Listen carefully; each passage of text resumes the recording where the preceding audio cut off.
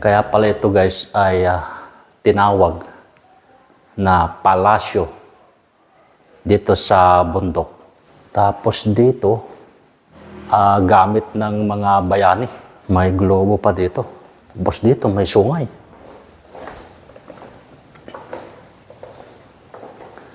Napakaganda ng mga ilaw. Napakaganda talaga ng mga kagamitan dito guys. Ito may cabinet.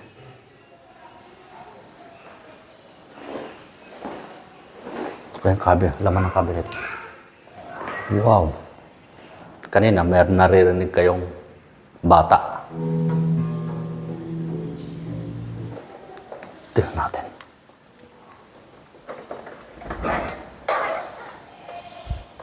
Oh.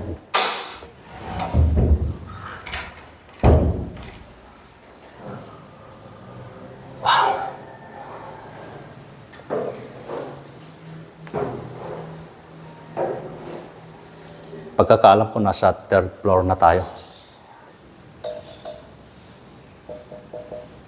Yung laman ng loob nito. Baka may ginto. Kan tumakbo, magkaibigan tayo. Akyat pa rin tayo dito sa taas. Yan, so pababa.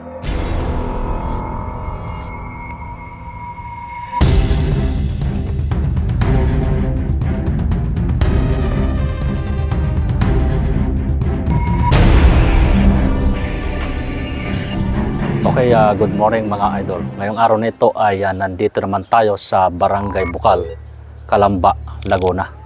Na kung saan nga ay makikita natin itong kastilyo dito sa bundok ng Mount Makiling. Ayan yung ating papasukin ngayon para malaman natin kung ano ba yung mayroon dyan sa loob ng castle na ito. At para malaman na rin natin kung sino ang may-ari na ito. Okay. Kanino ma'am itong bahay? O bahay ba ito? O anong tawag ma'am dito sa anong ito? Ang anong tawag nila dito, palasyo sa Bukal. Palasyo sa Bukal. Yan yung may-ari. Ano ang pangalan ng may-ari nito ma'am? Rudy Gigo. Para saan lang ito ma'am itong palasyo na ito? Bakit ito ginawa? Ginawa ito kasi ibibinta niya, di man niya nabinta. May edad na yan, mag-87 na yan. May sakit na rin. Oh, alam niyo mo kung kailan ito itinayo? Hindi ko alam. Hindi rin niyo alam. Nagpunta ako dito. 1999. 1999 po, nakatayo na ito. Hindi pa. Nasa 3 palapag pa lang. Nasa 3 palapag. Sige po ma'am. Wala na kayo po. Doon yung unahin. Dito. Malaki pala to. Ilang floor nga ito ma'am? 5. 5 floor. May pang-anim pa nga yung maliit sa dulo. Ang dami pala. Kasi ito kaya parati dito mga alikabok. Oo. Masyado. Ito pala ma'am may ginagawang pictorial ng mga kinakasal. Oo. Nagaan sila. Nagre-renta sila ng... Yung mga nagre-renta dito, may photographer yan, tapos may make-up artist. Opo. Magkano mo po binabayad halimbawa sa mga... Sa ang kalahating araw, 7 o di kaya 8. 7,000 hanggang 8,000. Pag Print up lang po yun. buong paghapon, 8. Ito guys yung entrance oh. So pagpasok mo dito, ito yung mabubungaran mo. Yan. Okay, pasok tayo.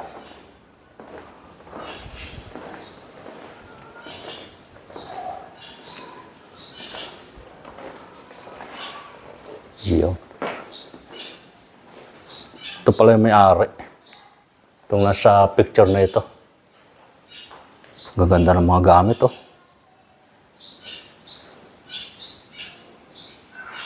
Yung mga paso.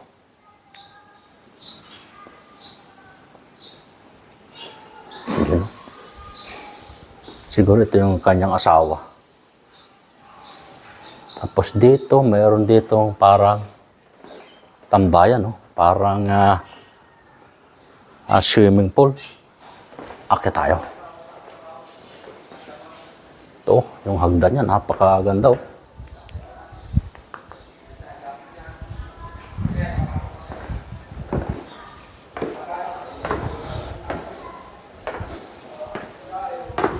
Wow.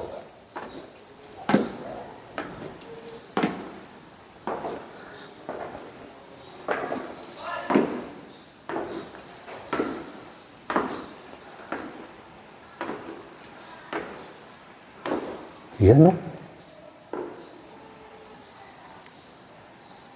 Napakaganda pala ng loob nito. Yung mga gamit niya ay talagang parang mga antik. Wow. Ano pa yung nandito sa loob? Grabe, ang ganda pala.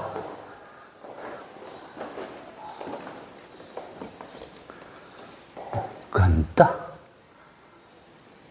Para tayong nasa palasyo. Kaya pala ito guys ay tinawag na palasyo dito sa bundok. Ay mukha talaga itong palasyo. Yan o. Kung makikita nyo, yung style ng loob ay para talagang nasa palasyo tayo. Ikutin natin itong ilang bahagi pa. Wow.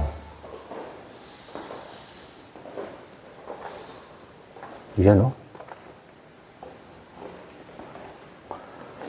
Tapos dito,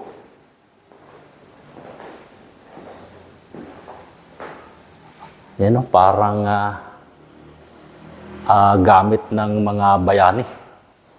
No? So makikita natin sa mga bahay ni Dr. Jose Rizal, yung mga ganitong katre kung tawagin. No? Yan o. Napakaganda.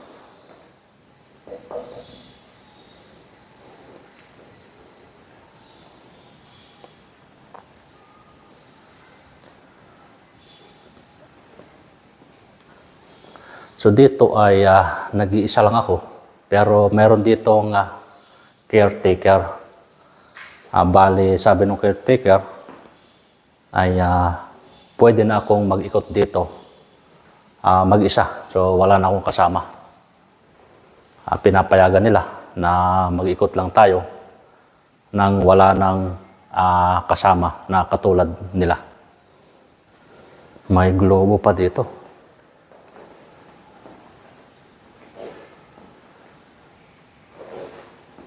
Umiikot kaya ito. Umiikot pala guys. Oh. Galing. Talagang yung mga kagamitan dito sa loob ay parang talaga. Napaka-antik na. Dito. Ano ito? Anong klaseng ibon to? Parang ginto siya guys. Tapos dito may sungay.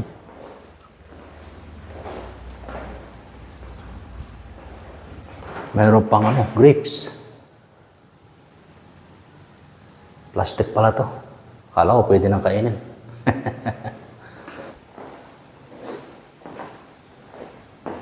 Yo. Siguro ito yung kanyang asawa.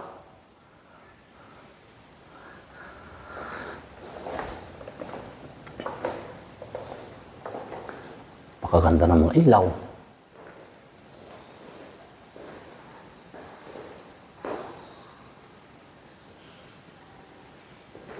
Saan ba may daan dito? Paakyat.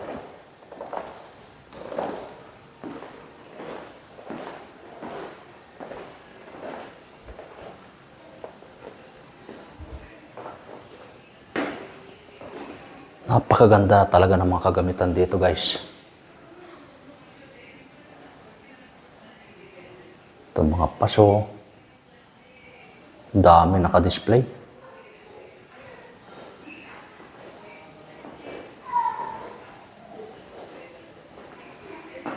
Ito may cabinet.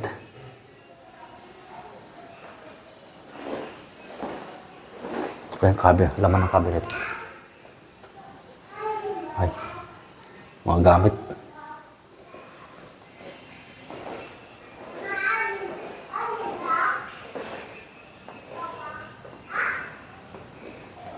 Wow. Ito guys ay kanina meron naririnig kayong bata. So hindi po yun talagang meron ditong nakatira na bata. Kasi yung caretaker ay may alagang bata. Wow! Grabe oh.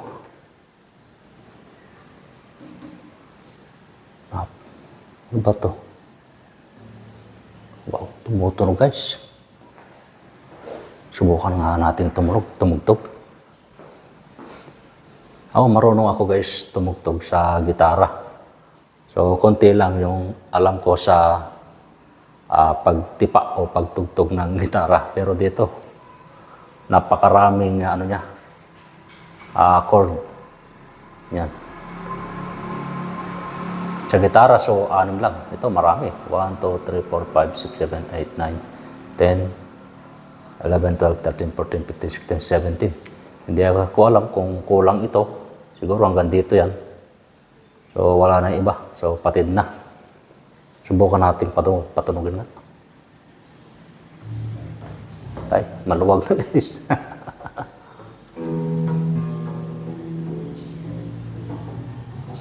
Ayan, so maluwag na iba. Kaya hindi na siya tumutunog ng ayos. Pero ito itong iba, okay pa.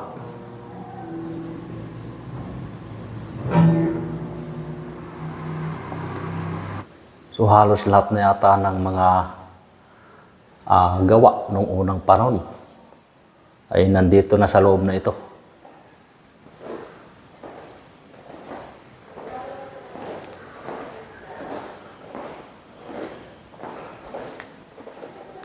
Tingnan natin.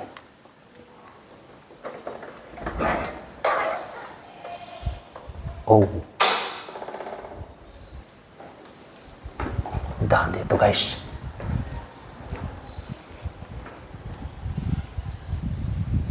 Yan. Sara natin.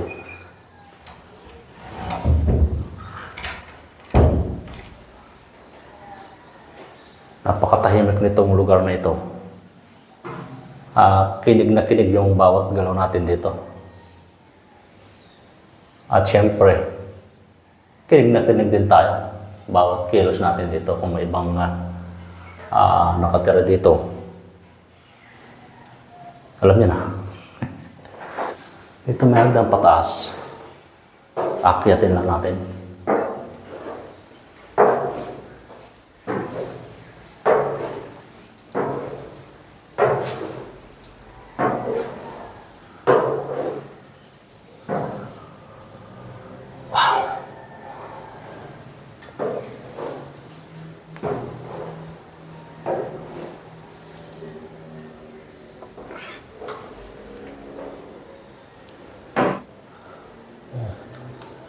Ibang klase ang dito.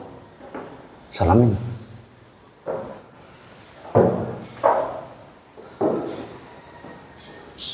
Yan.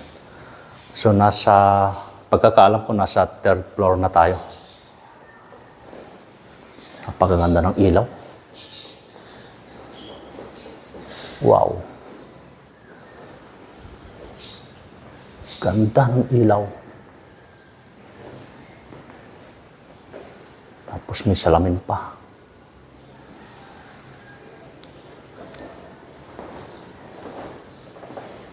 Oh. Ano to? CR siya. Ito yung CR. Meron pa ditong parang lababo na malaki. Siguro ito yung pwede ka magbabad kapag ikaw ay naliligo. Napakalaki nitong paso na ito.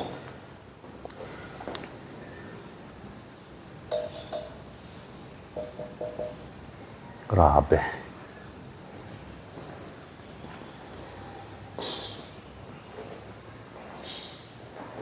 Yan o.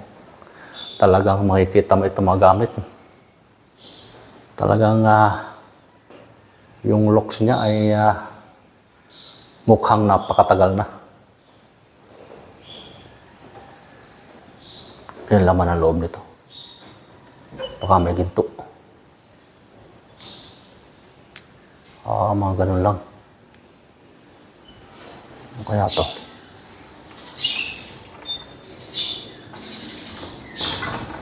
Huwag na tayo dyan. Kasi mga medyo nakalak. Dito sa parang balkon na siya, no? Oh, meron pa dun. 5 floor daw ito, so nasa third 3, 4, 5. So nasa third floor pa lang pala tayo. Sige, akit tayo doon sa taas.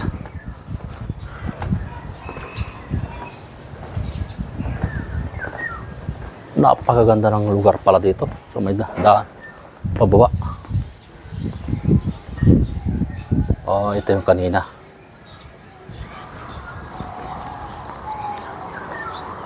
Wow, Miming! Miming! May pusa. Miming! Kan tumakbo. Magkaibigan tayo. Ito tayo. Wow, grabe ang daan dito ah. Talagang ang ganda nung pagkakagawa dito. Talagang mukhang napakatibay. Sa simento pa lang. Talagang solid yung pagkakagawa. Ganda ng hagdan, guys.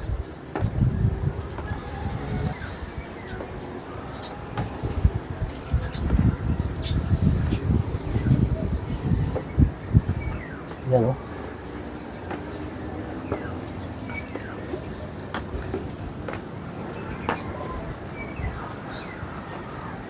Grabe.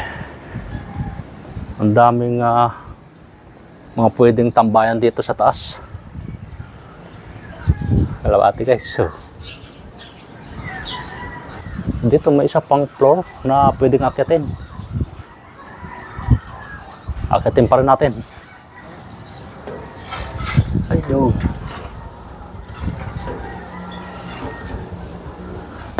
Ito na talaga yung pinakatuktok ng castle na ito. Itong tinatawag na palasyo dito sa bundok ni Maria Makiling.